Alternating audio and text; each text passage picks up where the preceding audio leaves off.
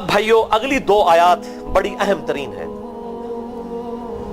اور ان میں ہی وہ شہرا آفاق دعا آنے جا رہی ہے جسے ہم آیت کریمہ بھی کہتے ہیں. بہت بڑا وظیفہ سیدنا یونس علی نبینا وعلیہ الصلوۃ والسلام کے حوالے سے.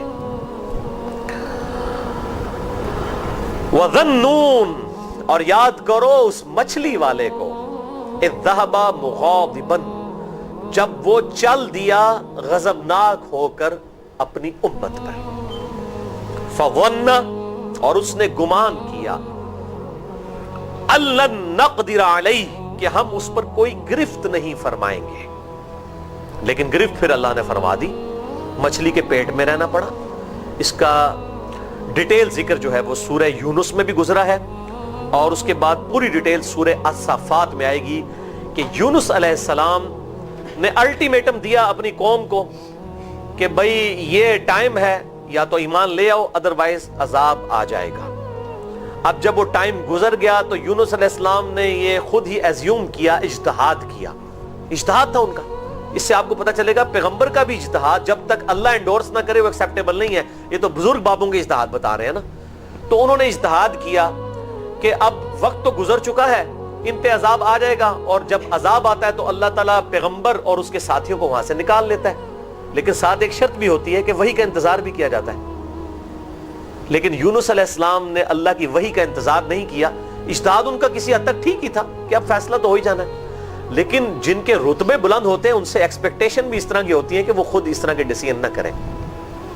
اور انہوں نے گمان کیا کہ اگر کوئی ایسا مسئلہ ہوا تو اللہ مجھ پہ گرفت نہیں کرے گا, جس کا ذکر ہے یہاں پر. فَظَنَّ أَن لَّن نَقْدِرَ عَلَيْهِ اور انہوں نے گمان کیا کہ ہم ان پہ گرفت نہیں کریں گے. لیکن گرفت تو کی اللہ تعالیٰ نے, کیونکہ ان کا رتبہ بلند تھا. انہوں نے وحی کا انتظار کیوں نہیں کیا؟ تو یہ ان کا ایک سمجھ لیں ان کی طرف سے ڈیبٹ تھا, ان کی امت کے حق میں کریڈٹ بن گیا. وہ تو چلے گئے. اب جب عذاب کے آثار نمایاں ہوئے, سورہ یونس میں آتا ہے کہ کبھی ایسا نہیں ہوا کہ کسی قوم پہ اللہ کا عذاب آ جائے اور وہ ٹل جائے سوائے قوم یونس کی. اور وہ یونس علیہ السلام کا ڈیبٹ امت کے حق میں کریڈٹ بن گیا. وہ تقریباً 1,00,000 کے قریب لوگ تھے, اس سے بھی کچھ زیادہ, جو سورہ یونس میں آتا ہے. وہ سب کے سب سجدے میں گر پڑے, گڑ گڑانا شروع کر دیا, یا اللہ معاف کر دے. اللہ تعالیٰ نے عذاب ٹال دیا اور پھر اللہ تعالیٰ نے ان کے ذریعے توحید کی دعوت کو عام کیا. لیکن یونس علیہ السلام جو وہاں سے چلے گئے تھے سمندری سفر پہ, سورہ یونس میں تھوڑا ذکر ہے, سورہ الصافات میں زیادہ ڈیٹیل ذکر آئے گا پارہ نمبر 23 کے اندر. وہاں پر پھر جب وہ کشتی میں بیٹھے طوفان آ گیا.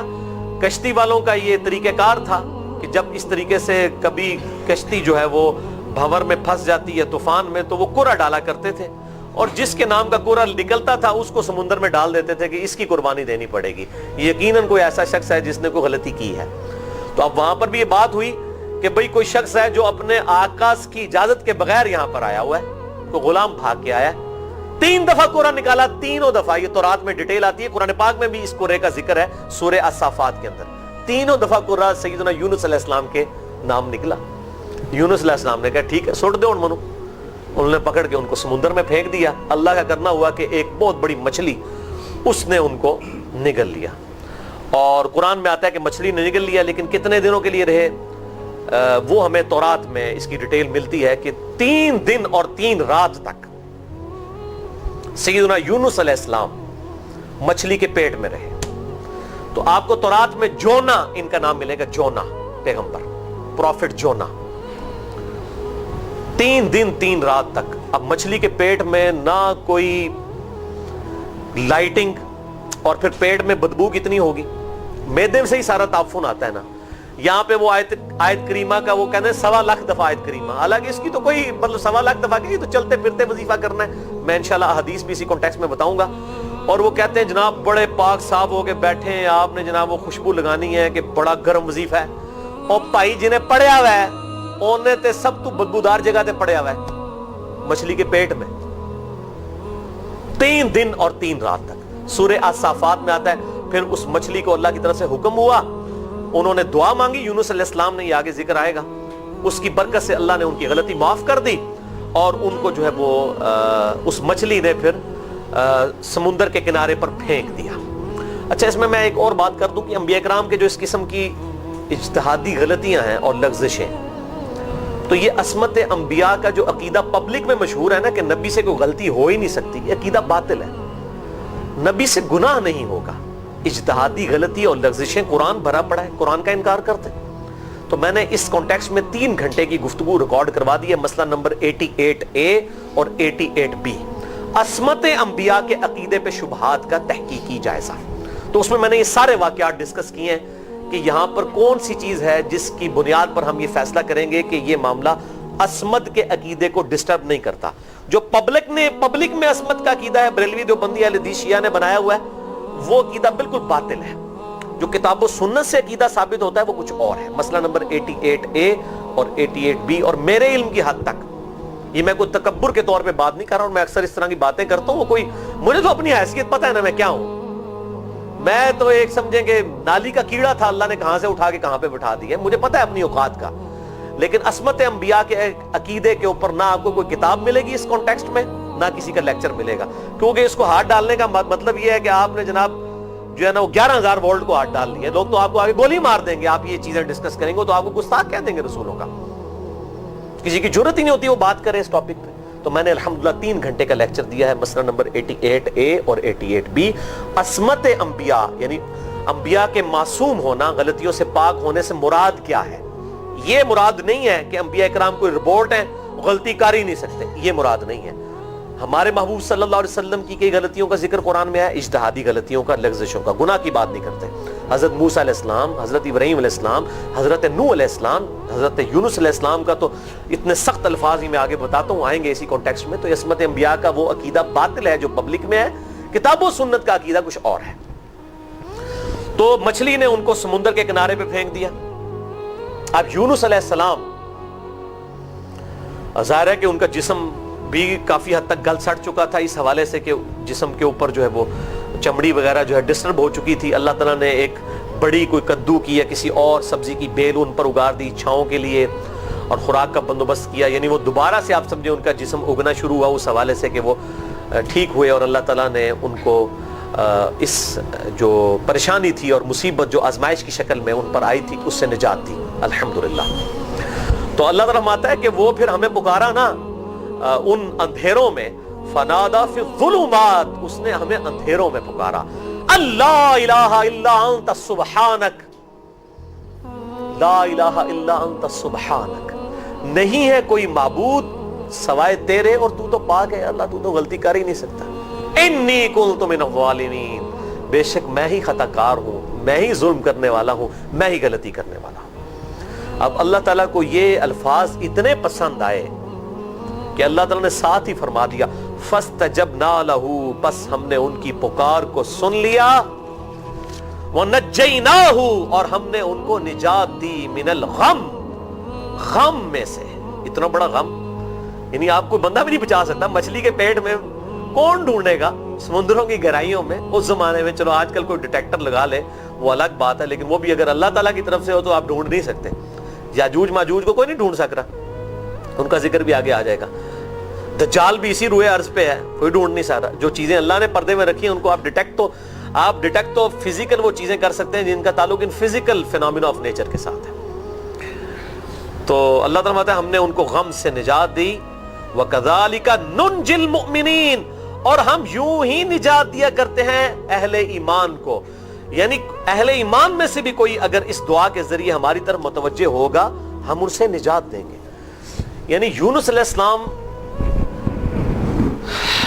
وہ واحد پیغمبر ہیں میرے علم کی حد تک جن پر اللہ تعالیٰ نے اتنی سخت گرفت فرمائی ہے. اور کس قدر اللہ تعالیٰ کا اس معاملے میں جلال ہے وہ سورہ الصافات کی آیت نمبر 143 اور 144 میں آتا ہے. فَلَوْلَا أَنَّهُ كَانَ مِنَ الْمُسَبِّحِينَ، اگر یونس علیہ السلام ہماری تسبیح نہ کرتے مچھلی کے پیٹ میں، لَلَبِثَ فِي بَطْنِهِ إِلَى يَوْمِ يُبْعَثُونَ، تو وہ بالضرور رہتے اسی مچھلی کے پیٹ میں اس دن تک جس دن مردوں کو قبروں سے اٹھایا جائے گا. یعنی اللہ تعالیٰ فرماتا ہے یہ 3 دن اور 3 رات جو انہوں نے تکلیف کاٹی نا، اگر وہ لا الہ الا انت سبحانک انی کنت من الظالمین نہ پڑھتے تو قیامت تک مچھلی کے پیٹ میں رہتے. اندازہ کریں, یعنی وہ مچھلی کا پیٹ یونس کی قبر بن جاتا. یعنی اللہ تعالیٰ کو کتنا سخت عذاب تھا. اور اس دعا نے اللہ کا جلال کیسا ٹھنڈا کیا. اللہ تعالیٰ مانتا ہے جب اس نے پکارا ہم نے اس کو نجات دے دی. وَكَذَلِكَ نُنْجِي الْمُؤْمِنِينَ, اور ہم نجات دیتے ہیں اہل ایمان کو بھی اس طریقے سے. یعنی یہ اوپن لیسنس دے دیا اللہ تعالیٰ نے کہ اس دعا کے ذریعے جو ہماری طرف متوجہ ہوگا ہم اس کو نجات دیں گے. اسماء اعظم میں سے اللہ کے جو بڑے بڑے اسماء ہیں جن کے ذریعے دعا قبول ہوتی ہے, ٹاپ لسٹ جو اسماء اعظم میں سے اگر جو دعائیں ہیں ان میں ٹاپ آف دا لسٹ یہ دعا ہے, لا الہ الا انت سبحانک انی کنت من الظالمین. اور میری یہ بات آپ یاد رکھیے گا میرے بھائیوں, سب سے بیسٹ توبہ کرنے کے لیے بھی دعا استغفار یہی ہے. اس سے کوئی بہتر طریقہ ہو نہیں سکتا استغفار کا. آپ دیکھیں اللہ تعالیٰ کی کوالٹی کو کس طریقے سے انہوں نے اپنے لیے جو ہے وہ ذریعہ بنایا نجات کا. کہتے ہیں نا وہ کسی کے انسٹنکٹ پہ بات کرنا, کسی کی جبلت پہ. انہوں نے اللہ تبارک و تعالیٰ کی ایک خاص کوالٹی تھی جس کے ساتھ انہوں نے اللہ کی طرف دعا کی. وہ کیا؟ بڑی انٹلیکچوئل دعا ہے, لا الہ الا انت, اے اللہ تیرے سوا کوئی معبود نہیں ہے. یہ توحید کو پہلے نمبر پہ لے گئے. انت سبحانک, اے اللہ تو تو پاک ہے, تو تو غلطی کر ہی نہیں سکتا کیونکہ تو تو پاک ہے. انی کنت من الظالمین, میں تو انسان ہوں, میں تو غلطی کروں گا. اب جب اللہ تعالیٰ کو آپ اس طریقے سے کہیں گے اللہ تیرے کو تو غلطی نہیں ہوندی, میں تو بندہ آنا تو غلطی تو کراں گا, کیا زبردست انداز ہے اللہ کو پکارنے کا. اس پہ پھر نجات ہی ملنی تھی نا. اللہ تعالیٰ کی وہ کوالٹی انہوں نے ذکر کی ہے, اللہ میں تو بندہ ہونا تو غلطی کروں گا نا, تجھ سے تو غلطی نہیں ہونی, تو تو پاک ہے, غلطی تو میں نہیں کرنی ہے نا, تجھ سے تو ہو نہیں سکتی, جب میں کر بیٹھا ہوں تو معاف کر دینا. بہترین دعا ہے واللہ, بہترین استغفار ہے. اور صحیح بخاری اور مسلم کی متفق علیہ حدیث ہے, جب آپ تشہد میں بیٹھو تو درود شریف کے بعد جو اپنے رب سے چاہو مانگو, اس میں یہ دعا بھی آپ اپنے اوپر لازم کریں. یہ اسماء اعظم میں سے ہے, اپنی دعاؤں میں اس دعا کو کریں. دعا کی قبولیت کے لیے یہ آپ سمجھیں اللہ تعالیٰ کی طرف سے کیٹالسٹ ہے, جسے ہم وہ کیمسٹری میں کہتے ہیں کیٹالسٹ, کیمیکل ریئیکشن کو تیز کرنے والا. یہ کیٹالسٹ ہے, لا الہ الا انت سبحانک انی کنت من الظالمین. اور مجھ سے اکثر لوگ ای میلز پہ بھی, فون کالز پہ بھی, سینکڑوں میں میری روزانہ ای میلز ہوتی ہیں. اکثر لوگ یہ دعائیں پوچھتے رہتے ہیں, جی کوئی وظیفہ بتائیں, جی اولاد نہیں ہو رہی, اولاد کی طرف سے پریشان ہیں, روزگار سیٹ نہیں ہو رہا, بچہ کوئی کسی قابل نہیں ہو رہا, اور گھر میں مصیبت ہے, پریشانی ہے, اس قسم کی بیماری ہے, کوئی وظیفہ بتائیں. تو میں ان کو ٹاپ آف دا لسٹ جو وظیفے بتاتا ہوں نا, ان میں سے ایک یہ وظیفہ ہے. بل اس حوالے سے میں نے ایک الگ سے بھی لیکچر ریکارڈ کروا دیا ہے, مسئلہ نمبر 82 کے عنوان سے, اہل سنت پاک.com پر. اسماء اعظم اور دعا کی قبولیت اور دعا کے جو آداب ہیں اس کانٹیکسٹ میں تقریباً 1.25 گھنٹے کی گفتگو ہے. مسئلہ نمبر 82, جسے شوق ہو تو وہ دیکھ سکتا ہے. بل یہاں پر میں 3 وظیفے ایسے بتاؤں گا انشاءاللہ جو ٹاپ آف دا لسٹ 3 وظائف ہیں مصیبت اور پریشانی میں تکلیف دور کرنے کے لیے. سنت وظائف آپ صلی اللہ علیہ وسلم کی طرف سے تعلیم فرمائے ہوئے. ان میں سے پہلا وظیفہ یہی جس کا قرآن میں بھی ذکر آ گیا کہ جو ان الفاظ کے ساتھ ہمیں پکارے گا, اللہ تعالیٰ فرماتا ہے کذالک ننجی المؤمنین, ہم اہل ایمان کو بھی نجات دیں گے اس طریقے سے, صرف یونس کو نہیں, اہل ایمان کو بھی. چنانچہ اسی کانٹیکسٹ میں پہلا وظیفہ ہے یہ لا الہ الا انت سبحانک انی کنت من الظالمین کا. لیکن اس سے پہلے میں ایک امپورٹنٹ بات کروں دعا کے حوالے سے کہ دعا کی قبولیت کا ایک پروٹوکول بھی ہے. ویسے تو آپ مسئلہ 82 دیکھیں گے, اس میں میں نے اور باتیں بھی کی ہیں, ٹاپک دوسری طرف چلا جائے گا, لیکن انصاف ہے کہ میں اس چیز کو بھی ایڈریس کروں. جامعہ ترمذی میں صحیح سند کے ساتھ یہ حدیث موجود ہے. انٹرنیشنل نمبر کے مطابق 593 نمبر حدیث ہے, اور یہ حدیث مشکات میں آپ کو پہلی جلد میں درود شریف والے چیپٹر میں بھی مل جائے گی. اور مشکات کو میں نے ڈکلیئر کیا ہے مشکات از دا انسائکلوپیڈیا آف حدیث, یعنی آپ کو جتنی حدیثیں سکیٹرڈ فارم میں ملیں گی کتب ستہ اور اس سے بھی باہر 13 کتابوں میں, مشکات میں آپ کو مل جائے گی. میں نے اس لیے مشکات پہ پورا لیکچر ریکارڈ کروا دیا ہے، مسئلہ نمبر 111B کے عنوان سے مشکات المصابیح کا مکمل تعارف، وہ ضرور دیکھیں. یعنی مشکات 3 جلدوں میں آپ لے لیں تو انسائکلوپیڈیا آف حدیث آپ کے پاس آ گیا. 6294 احادیث ہیں، اور اس میں چونکہ احادیث کی تکرار نہیں ہے تو کتب ستہ اس کے علاوہ بھی 12-13 کتابیں جو ہیں اس میں کور ہیں، اس میں بھی یہ حدیث موجود ہے. جامعہ ترمذی میں انٹرنیشنل نمبر کے مطابق 593 نمبر. سیدنا عبداللہ ابن مسعود رضی اللہ تعالیٰ عنہ کہتے ہیں کہ ایک دفعہ میں آپ صلی اللہ علیہ وسلم کی موجودگی میں نماز پڑھ رہا تھا، اور سیدنا ابو بکر اور عمر رضی اللہ تعالی عنہما وعلیہم السلام وہ بھی وہاں پہ موجود تھے. میں نماز کے جب یعنی کہ تشہد میں بیٹھا، میں نے اللہ کی حمد کی، التحیات للہ والصلوات والطیبات، اس کے بعد درود پڑھا، اور اس کے بعد میں نے دعا مانگنا شروع کی تو آپ صلی اللہ علیہ وسلم نے ارشاد فرمایا سل تعطا، سل تعطا، مانگ تجھے دیا جائے گا، مانگ تجھے دیا جائے گا. یعنی جو درود شریف اور ذکر کے ذریعے متوجہ ہوتا ہے اللہ تعالیٰ اس کی دعا قبول کرتا ہے. اور پھر ابن مسعود ادھر ہی روایت کرتے ہیں، ساتھ ہی جامعہ ترمذی میں دوسری حدیث ہے صحیح سند کے ساتھ، کہ ایک شخص آیا، اس نے جو ہے وہ نماز کے دوران حمد و درود کے بغیر ڈائریکٹ اللہ سے مانگنا شروع کر دیا. تو جب وہ فارغ ہوا آپ صلی اللہ علیہ وسلم نے اسے بلا کر کہا کہ سائل تو نے مانگنے میں جلدی کی، تجھے چاہیے کہ جب دعا مانگنے لگے پہلے اللہ کی حمد بیان کر، پھر مجھ پر درود پڑھ، اور پھر اللہ کی طرف متوجہ ہو. اور اس حدیث میں آتا ہے کہ ایک اور شخص آیا، یعنی ابن مسعود وہ خود تھے، اور اس نے اللہ کی حمد اور درود کے ذریعے دعا مانگی تو آپ صلی اللہ علیہ وسلم فرمایا سل تعطا، سل تعطا، مانگ تجھے دیا جائے گا، مانگ تجھے دیا جائے گا. درود شریف پہ میں الگ سے بھی لیکچر دے چکا ہوں، مسئلہ نمبر 56 کے عنوان سے 2 گھنٹے کی گفتگو ہے. درود شریف کے صحیح فضائل اور صحیح احکام و مسائل بڑی ڈیٹیل کے ساتھ ہر اینگل سے درود شریف کے حوالے سے آپ کو وہ سمجھ لیں کہ انسائکلوپیڈیا ہے وہ لیکچر، مسئلہ نمبر 56 اہل سنت پاک.com پہ.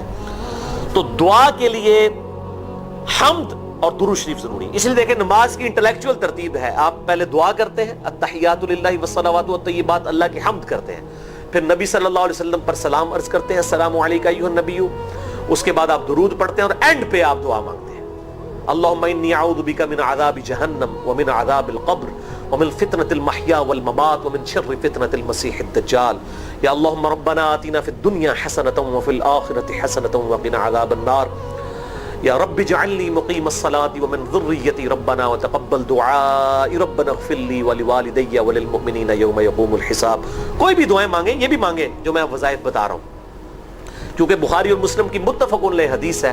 مشکات میں آپ کو تشہد والے چیپٹر میں حدیث مل جائے گی کہ نماز میں تشہد میں درود کے بعد جو چاہو اپنے رب سے مانگو، یعنی عربی میں مانگنا ہوگا، دعائیں مانگے، دعائیں معصورہ کتاب و سنت میں جتنی ہیں وہ مانگے. اس کے علاوہ بھی مانگ سکتے ہیں اگر الفاظ درست ہوں لیکن عربی زبان میں. تو یہ پہلا وظیفہ جامعہ ترمذی میں انٹرنیشنل نمبر کے مطابق 3505، مشکات میں 2292 نمبر یہ حدیث ہے.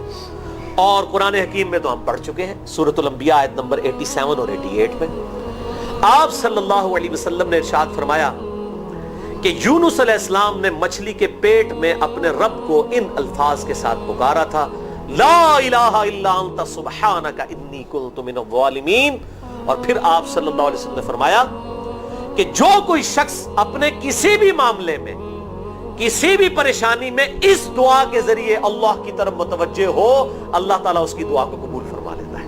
اور قرآن میں بھی آ گیا نا کذالک ننجی المؤمنین. اور کتنا بڑا فتویٰ آیا میرے بھائیوں، سورہ صافات 143 144 فلولا انہ کان من المسبحین، اگر یونس ہمیں ان الفاظ میں ہماری تسبیح نہ کرتا للبث فی بطنہ الی یوم یبعثون، تو مچھلی کے پیٹ میں قیامت تک مچھلی کے پیٹ میں رہتا اگر اس طرح نہ ہمیں پکارتا، اس کی قبر مچھلی کا پیٹ بن جاتی. یعنی یہ اتنا عطاب، اور وہ دور ہو گیا اس دعا سے، بہت بڑے اسماء اعظم میں سے ہے. تو یہ بہترین دعا، بہترین وظیفہ، اسماء اعظم میں سے بہترین چیز، اور سب سے بڑھ کر جو میں نے بات کی کہ بہترین استغفار، اللہ سے توبہ مانگنے کا بہترین ذریعہ. اور کس طریقے سے، اے اللہ تو پاک ہے نا، تجھ سے تو غلطی نہیں ہوگی، میں بندہ ہوں غلطی کروں گا، تو اللہ نے تو معاف کرنا ہے نا، کیونکہ جب بندے نے اپنی عاجزی کا اظہار کر لیا ہے اور اللہ تعالیٰ کو بتایا اللہ یہ تیری کوالٹی ہے، تو غلطی نہیں کرتا، تو میں تو انسان ہوں غلطی کروں گا. تو یہ ہے پہلا وظیفہ. دوسرا وظیفہ وہ بھی جامعہ ترمذی میں انٹرنیشنل نمبر کے مطابق 3524 نمبر حدیث ہے، لیکن ترمذی کا طریق جو ہے وہ ضعیف ہے. یہ میں پہلے بتا دوں، امام ترمذی نے ساتھ لکھا ہے یہ روایت کمزور ہے، لیکن ضروری نہیں ہوتی کہ روایت اگر ترمذی میں کمزور ہے تو کہیں اور وہ روایت صحیح نہیں موجود ہے. اس کی صحیح سند المستدرک للحاکم میں انٹرنیشنل نمبر کے مطابق 1862 نمبر موجود ہے، اور سنن نسائی الکبریٰ میں 10492 نمبر ہے، اور مشکات میں بھی 2454 نمبر حدیث ہے انٹرنیشنل نمبر کے مطابق. تو صحیح سند المستدرک للحاکم اور سنن نسائی الکبریٰ کے اندر موجود ہے.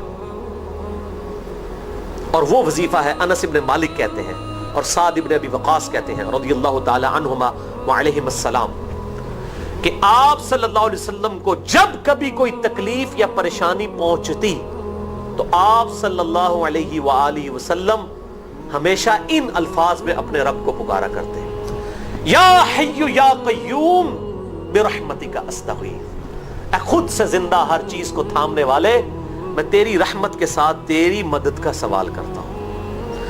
استغیث بولیں گے نا الف کے ساتھ حمزہ کے ساتھ تو یہ سنگولر کا صیغہ ہوگا، اور اگر ہم بولیں گے نستغیث نون کے ساتھ تو یہ جمع کا صیغہ بن جائے گا. یہ میں اس لیے بتا رہا ہوں، لوگ پوچھ رہے ہوتے ہیں جی بعض جگہ لکھا ہوتا ہے جناب نستغیث، بعض جگہ لکھا ہوتا ہے استغیث، کیا کریے وہ نستغیث جمع کا صیغہ بنا لیا جاتا ہے. جیسے دعا ہے سنن ابی داؤد میں اللہم اجرنی من النار، لیکن اگر جمع کا صیغہ بنائیں گے تو اللہم اجرنا من النار ہو جائے گا.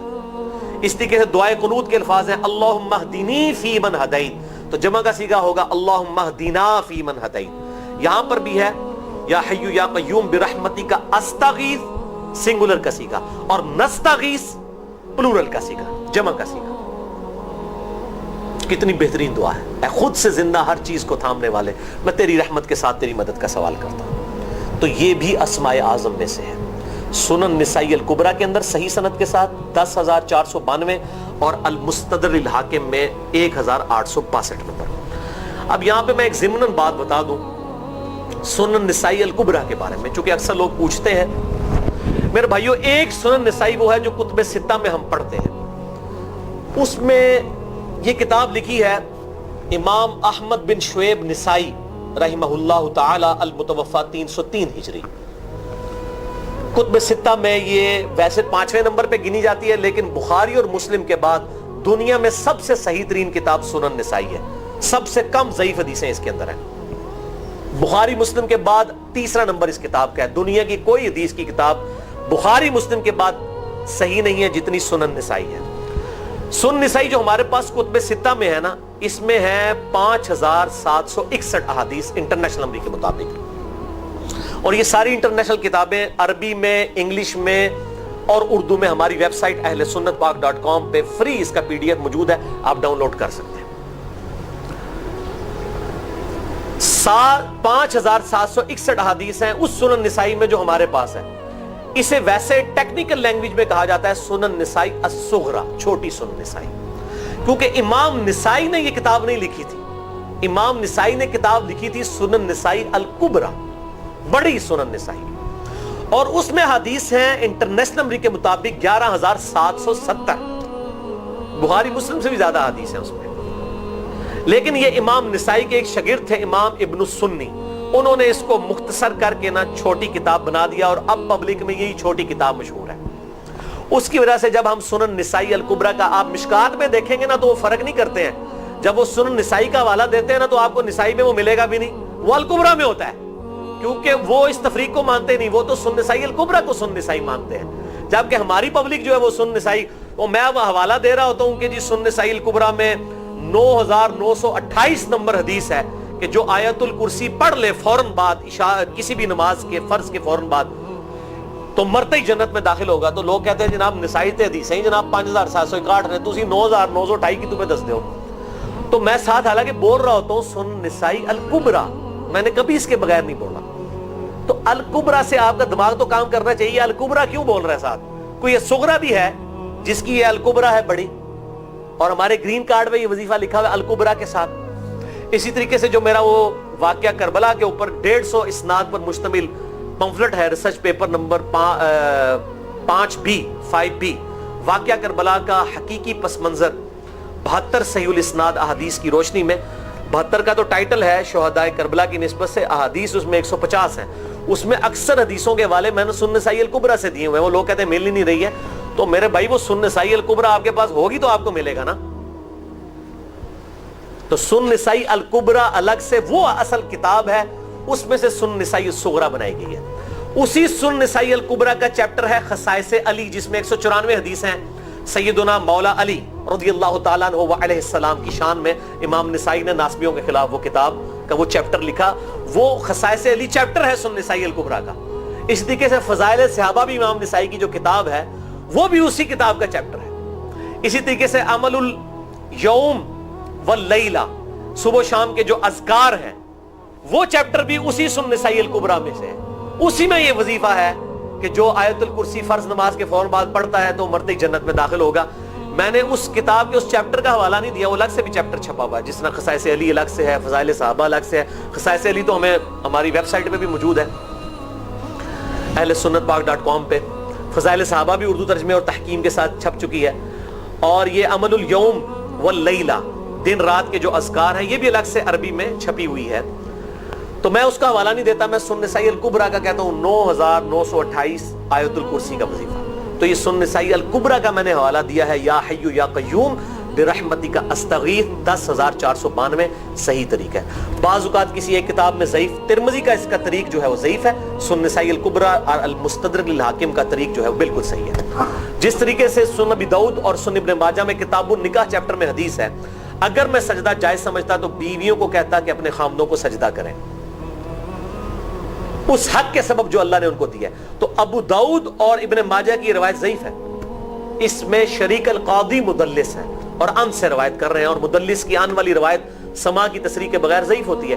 لیکن ہم اس حدیث کو صحیح کہتے ہیں کیونکہ اس سما کی تصریح سنن البہیقی کے اندر موجود ہے، الکبریٰ میں، تو ہم پھر اس کی بنیاد پہ کہتے ہیں چونکہ وہاں پر صحیح سے، لہٰذا اس کو ہم کہتے ہیں شواہد کی بنیاد پہ صحیح۔ یہ میں آپ کو ٹیکنیکل چیزیں بتا رہا ہوں، یہ وہ چیزیں جو آپ کے کئی وہ جو بڑے بڑے علماء پڑھ کے فارغ ہوتے ہیں ان کو بھی یہ باتیں نہیں پتہ ہوتی ہیں۔ وہ کہتے ہیں جناب آپ کی تو پڑھے ہو، اور میں کہنا پائی میرے آئنسٹائن تے نیوٹن کو کسی مدرسے تو پڑھنے کی ضرورت نہیں ہوتی، نیوٹن 8ویں کلاس ہی نسیا ہوا ہے، آج نیوٹن ہوتے پی ایچ ڈی ہوتی فزکس تھی۔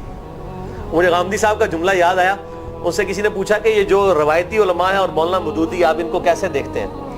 ان کا روایتی علماء جو ہیں یہ تو مدرسوں کے سٹوڈنٹس اور فاروق تحصیل ڈگری ہولڈر ہیں، اور مودودی صاحب جو ہیں ان کی مثال تو آئنسٹائن اور نیوٹن والی ہے، ان کے اوپر پی ایچ ڈیز ہوتی ہیں، یہ گاڈ گفٹڈ صلاحیتیں ہوتی ہیں۔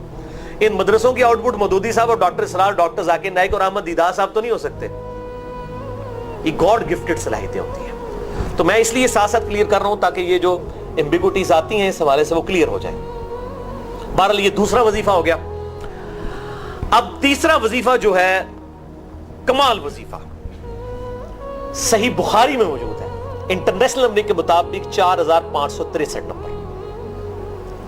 ابن عباس رضی اللہ تعالی عنہما کہتے ہیں وعلیہم السلام، وہ کہتے ہیں کہ سیدنا ابراہیم علیہ السلام کو جب آگ میں پھینک رہے تھے نا، تو ابراہیم علیہ السلام نے اس وقت کہا تھا حسبنا اللہ ونعم الوکیل، ہم نے اللہ ہی پر بھروسہ کیا اور وہی بہتر کارساز ہے۔ اور تمہارے نبی صلی اللہ علیہ وسلم کو بھی جب مصیبت اور پریشانی آتی تھی وہ بھی پڑھا کرتے تھے حسبنا اللہ ونعم الوکیل، ہم نے اللہ ہی پر بھروسہ کیا اور وہی بہتر کارساز ہے۔ اس کے اندر وہ شعر جو بنا دیا نا، نعم المولا و نعم النصیر، ویسے الگ سے آیت ہے، الگ سے آیت ہے، لیکن یہ شعر نہیں بنانا، بس اتنا ہی وظیفہ ہے، حسبنا اللہ و نعم الوکیل۔ اور یہ جو انہوں نے کہا کہ نبی صلی اللہ علیہ وسلم بھی یہ کہتے تھے، اس کا ذکر الحمدللہ قرآن میں بھی موجود ہے، اس سے بھی بڑھ کر سورہ آل عمران کی 173 نمبر آیت میں ہے کہ جب نبی صلی اللہ علیہ وسلم اور اہل ایمان کو یہ خبر پہنچی کہ کافر ان کے خلاف سازشیں کر رہے ہیں، تو نبی اور اہل ایمان نے پکارا حسبنا اللہ و نعم الوکیل۔ تو حسبنا اللہ و نعم الوکیل قرآن کی آیت بھی ہے، اور یہ ہے وہ آیت، وظیفہ قرآن میں آیا ہوا ہے، یہ آل عمران 173 اور صحیح بخاری 4563۔ اور مجھے بڑا وجد آیا کہ ابراہیم علیہ السلام کو جب آگ میں پھینکنے لگے تھے انہوں نے اس وقت اللہ کو ان الفاظ کے ساتھ پکارا حسبنا اللہ و نعم الوکیل۔ اچھا یہ جتنے بھی وظیفے ہیں نا میرے بھائیوں، ان کا فائدہ اسی وقت ہے جب آپ کو ترجمہ بھی ان کا آتا ہوگا، ورنہ آپ روزانہ جتنی مرضی تسبیح کھینچتے رہے کوئی فرق نہیں پڑے گا۔ اس لیے میرا ایک پرسنل مشورہ ہے کہ جب بھی یہ وظیفے پڑھے نا آپ، اردو ترجمہ بے شک آتا بھی ہونا، ایک دفعہ اپنی زبان میں اس کو ریپیٹ کریں. یعنی آپ پڑھیں حسبنا اللہ و نعم الوکیل، میں نے اللہ ہی پر بھروسہ کیا اور وہی بہتر کارساز ہے.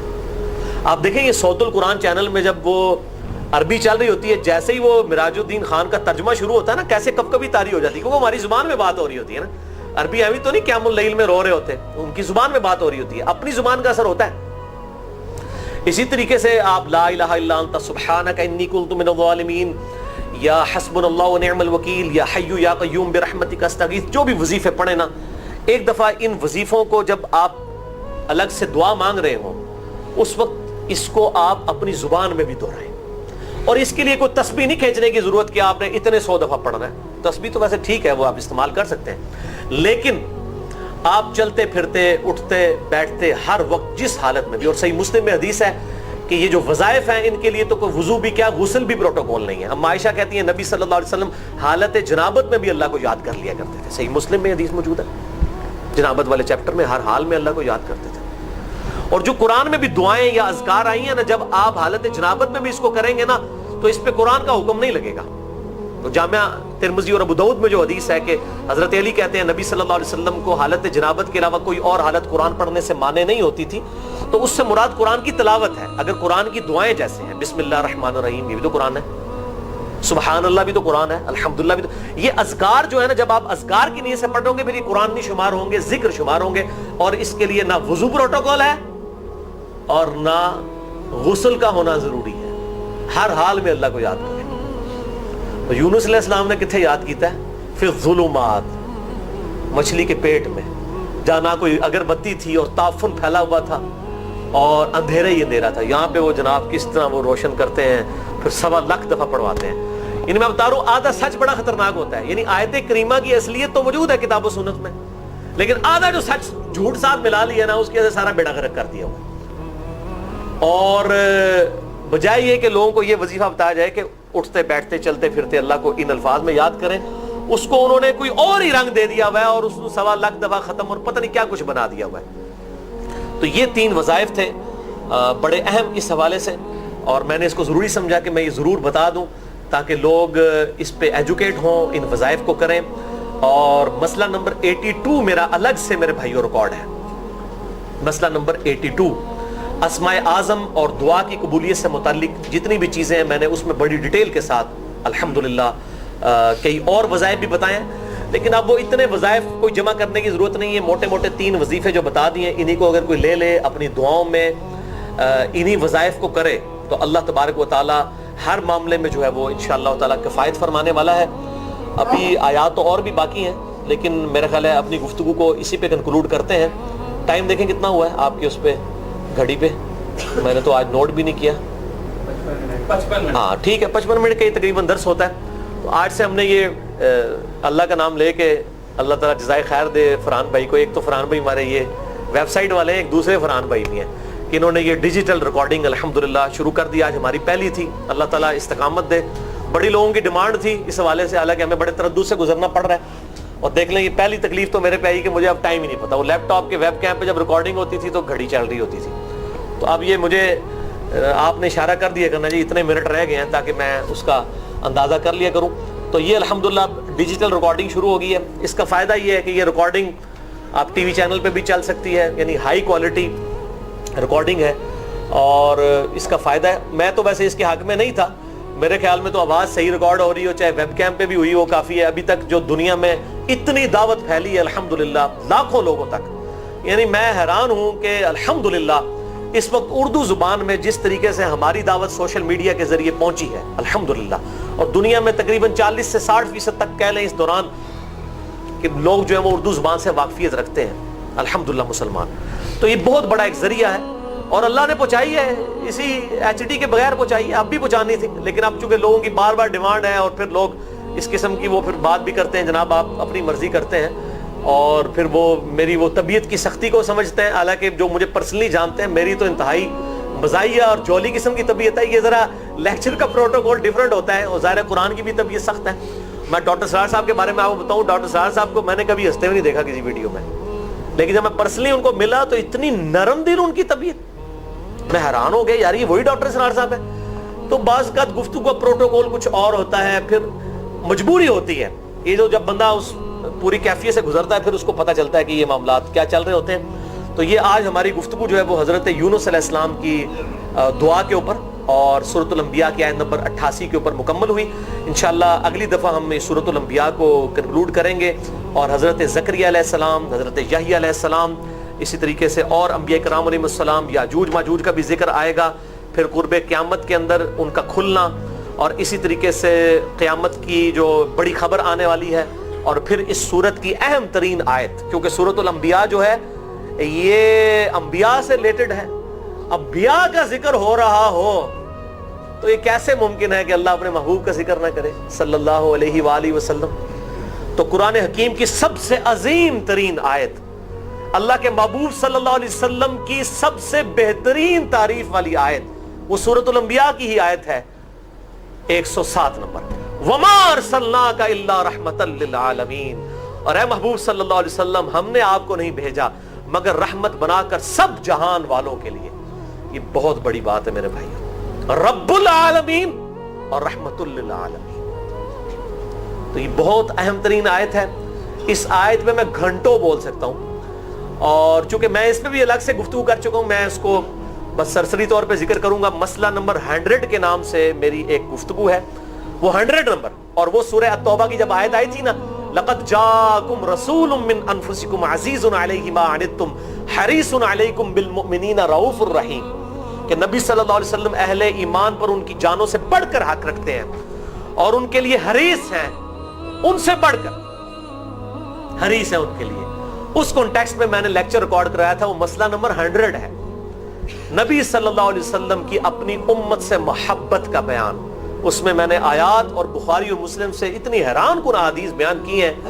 یعنی عموماً تو لوگ بیان کرتے ہیں کہ ہمیں اپنے نبی سے کیسے محبت ہونی چاہیے, وہ الٹ ٹاپک ہے کہ نبی کو ہم سے کیا محبت ہے, اپنی امتیوں سے کیا محبت ہے.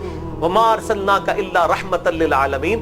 تو اس کانٹیکسٹ میں نے یہ والی آیت بھی اس لیکچر میں مسئلہ نمبر 100 میں کور کی ہے, لہٰذا میں اس کی ڈیٹیل میں نہیں جاؤں گا. اس کے بعد انشاءاللہ سورہ حج بھی اگلی دفعہ شروع ہو جائے گی ہماری. اللہ تعالیٰ سے دعا ہے جو حق بات میں نے کہی اللہ تعالیٰ ہمارے دلوں میں راسخ فرمائے. اگر جذبات میں میرے منہ سے کوئی غلط بات نکل گئی تو اللہ تعالیٰ ہمارے دلوں سے محف کر دے, ہمیں کتاب و سنت کی تعلیمات پر عمل کر کے دوسرے بھائیوں تک پہنچانے کی توفیق عطا فرمائے. سبحانک اللہم و بحمدک, اشہد ان لا الہ الا انت, استغفرک و اتوب الیک, وما علینا الا البلاغ المبین.